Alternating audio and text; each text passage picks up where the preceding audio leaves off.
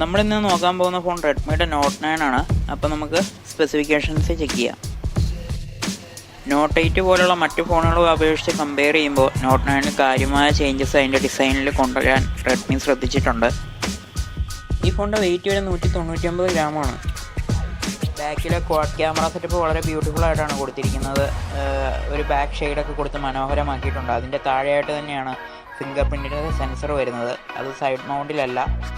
Back panel വരുന്ന plastic കൊണ്ട് തന്നെയാണ്.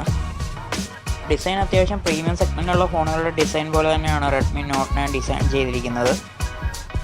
മറ്റൊരു കാര്യം എന്ന് പറയുന്നത് ഇതിന് ഗൊറില്ല ഗ്ലാസ് 5ൻ്റെ പ്രൊട്ടക്ഷൻ അവൈലബിൾ ആണ്. അതുപോലെ ഈ ഫോണിൻ്റെ ഡിസ്പ്ലേ എന്ന് പറയുന്നത് IPS LCD ഡിസ്പ്ലേ ആണ്. അതുപോലെ ഡിസ്പ്ലേ സൈസ് വരുന്നത് 6.53 ഇഞ്ചസിൻ്റെ ഡിസ്പ്ലേ സൈസ് ഉണ്ട്. അത്യാവശ്യം മാസീവ് ഡിസ്പ്ലേ തന്നെയാണ് ഈ ഒരു സെഗ്മെൻറ്റിൽ ഈ ഫോണിനുള്ളത്. ടച്ചൊക്കെ ഈ ഫോണിൻ്റെ നല്ല റെസ്പോൺസീവാണ്. അവിടെയൊന്നും വേറെ പ്രശ്നങ്ങളില്ല. പിന്നെ ഫോണിന് ഇത്തിരി സൈസ് കൂടുതലായതുകൊണ്ട് കൊണ്ടു നടക്കാൻ അത്ര ഈസി ആയിരിക്കില്ല.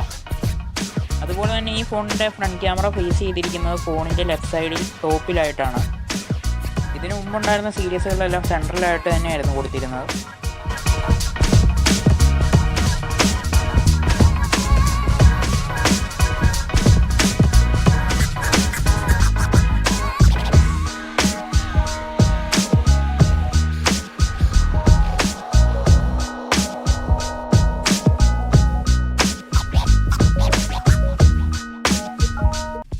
അതുപോലെ തന്നെ ഈ ഫോണിന് ഡെഡിക്കേറ്റഡ് ആയിട്ട് മെമ്മറി കാർഡ് സ്ലോട്ട് അവൈലബിൾ ആണ്. അതുകൊണ്ട് തന്നെ നമുക്ക് മെമ്മറി എക്സ്പാൻഡ് ചെയ്യാൻ വളരെ ഈസിയാണ്. അതുപോലെ തന്നെ റെഡ്മി ഈ ഫോണിന് ഒരു 3GB വേരിയൻറ്റ് കൂടി കൊടുത്തിട്ടുണ്ട്. പിന്നെ ഒരു 4GB വേരിയൻറ്റും 6GB വേരിയൻറ്റും അവൈലബിൾ ആണ്.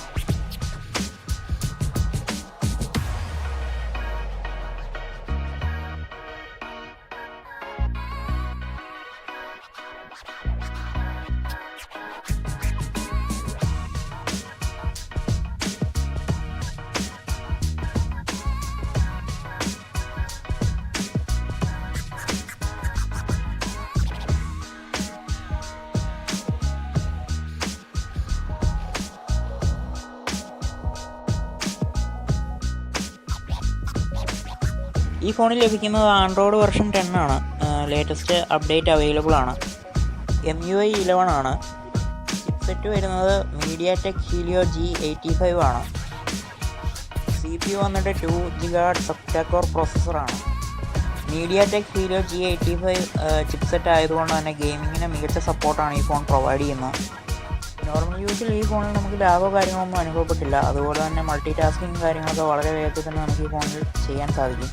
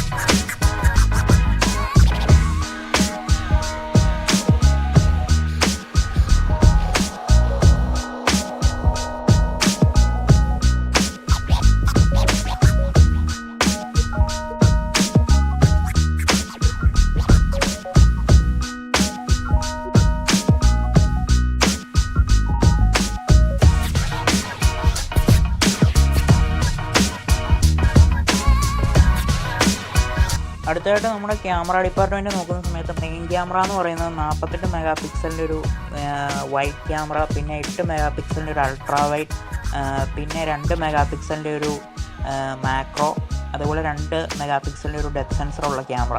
ഇങ്ങനെ 4 ക്യാമറകളാണ് നമുക്ക് ലഭിക്കുന്നത്. ക്യാമറ അത്യാവശ്യം നല്ല പെർഫോമൻസ് നമുക്ക് തരുന്നുണ്ട്. നമുക്ക് ലഭിക്കുന്ന പിക്ചറിൻ്റെ നല്ല ഡെപ്തുള്ള പിക്ചറുകളാണ് ലഭിക്കുന്നത്. അതുപോലെ നല്ല കോൺട്രാസ്റ്റ് ലെവലൊക്കെ നല്ല രീതിയിൽ തന്നെ മെയിൻറ്റെയിൻ ചെയ്തിട്ടുണ്ട്.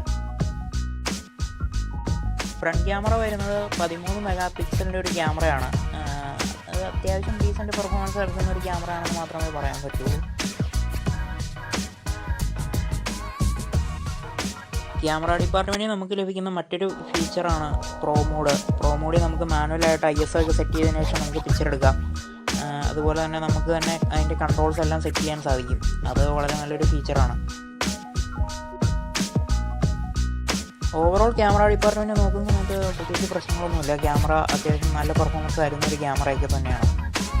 ഈ ഒരു റേഞ്ചിലുള്ള ഫോണുകളിൽ അത്യാവശ്യം നല്ല ഡീസൻറ്റ് പെർഫോമൻസ് തന്നെ ഈ ക്യാമറ നമുക്ക് പ്രൊവൈഡ് ചെയ്യുന്നുണ്ട്. ഈ ഫോണിൽ അത്യാവശ്യം നല്ല രീതിയിൽ തന്നെ നമുക്ക് പോർട്രേറ്റ് ഷോട്ട് എടുക്കാൻ സാധിക്കുന്നുണ്ട്.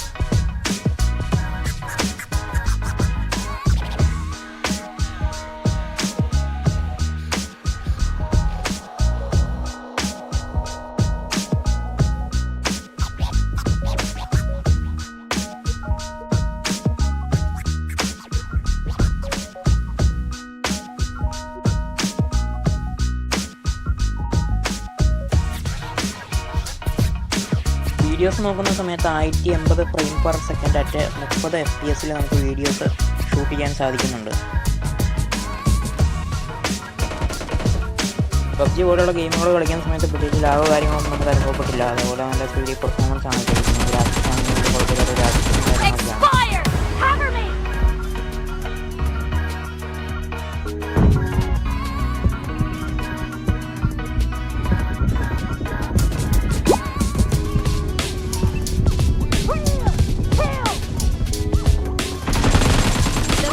Team is unstoppable!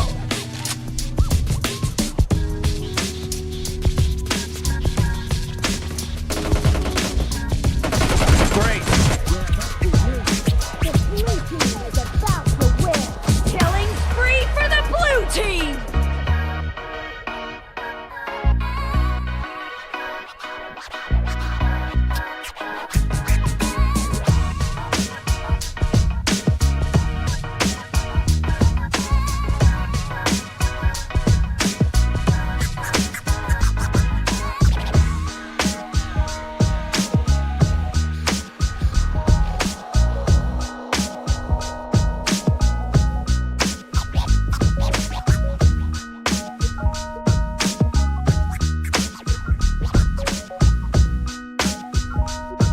$5020 mAh ഒരു ബാറ്ററിയാണ് നമുക്ക് ലഭിക്കുന്നത്. അത്യാവശ്യം നല്ല ഹ്യൂജ് കപ്പാസിറ്റി ഉള്ള ബാറ്ററി തന്നെയാണ്.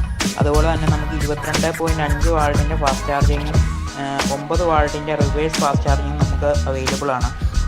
വളരെ മിനിമലായിട്ടുള്ള ഹീറ്റിംഗ് മെഷീൻ കാര്യങ്ങളൊക്കെ ഉള്ളൂ. അതേപോലെ നോർമൽ യൂസ് നമുക്ക് 2 ഡേയ്സും അത്യാവശ്യം ഗെയിമിംഗ് കളിക്കുന്ന ഒരാളാണെങ്കിൽ ഒരു മാക്സിമം ഒരു 1.5 ദിവസമൊക്കെ അടുപ്പിച്ച് കളിക്കുമ്പോൾ നമുക്ക് ബാക്കപ്പ് ലഭിക്കുന്നതാണ്.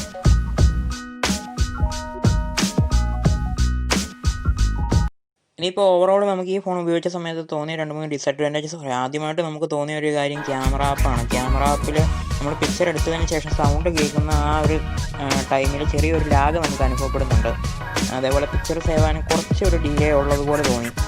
അത് റെഡ്മിയുടെ പ്രീവിയസ് ഫോണായ റെഡ്മി നോട്ട് 7ലും ഇതേ പ്രശ്നം നേരത്തെ നിലനിന്നിരുന്നു. അടുത്തൊരു കാര്യം എന്ന് പറയുന്നത് ഇതിൻ്റെ ബാക്ക് പാനലാണ്. ബാക്ക് പാനലിൽ കൊടുത്തിരിക്കുന്ന പ്ലാസ്റ്റിക് കൊണ്ട് തന്നെയാണ്. അപ്പോൾ അത് പെട്ടെന്ന് തന്നെ സ്ക്രാച്ചും കാര്യങ്ങളൊക്കെ വീഴാനൊരു ചാൻസ് ഉണ്ട്. ഇനിയിപ്പോൾ ഇതിൻ്റെ അഡ്വാൻറ്റേജസ് നോക്കുന്ന സമയത്ത് 5020 mAh ഒരു ഹ്യൂജ് ബാറ്ററിയാണ്. അത് അത്യാവശ്യം നല്ല പെർഫോമൻസ് നമുക്ക് തരും.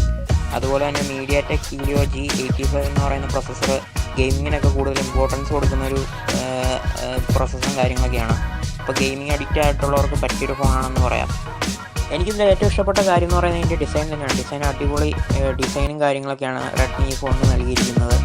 അതുപോലെ തന്നെ അടുത്തൊരു കാര്യം എന്ന് പറഞ്ഞു കഴിഞ്ഞാൽ ക്യാമറ ഡിപ്പാർട്ട്മെൻറ്റാണ്. സെൽഫി ക്യാമറ ഒഴിച്ച് ബാക്കി ഫ്രണ്ട് ക്യാമറ, റിയർ ക്യാമറയിലേക്ക് വന്നു കഴിയുമ്പോൾ അത്യാവശ്യം അടിപൊളി പെർഫോമൻസ് ക്യാമറ ഡിപ്പാർട്ട്മെൻറ്റ് നമുക്ക് തരുന്നുണ്ട്. ഇനിയിപ്പോൾ ഈ ഫോണിൻ്റെ പ്രൈസിലേക്ക് കിടക്കുമ്പം ഈ ഫോണിൻ്റെ സ്റ്റാർട്ടിംഗ് പ്രൈസ് എന്ന് പറയുന്നത് 12,000 രൂപയോളമാണ്. ബഡ്ജറ്റ് സെഗ്മെൻറ്റിൽ ഈ ഫോൺ നല്ലൊരു ഓപ്ഷൻ തന്നെയാണ്.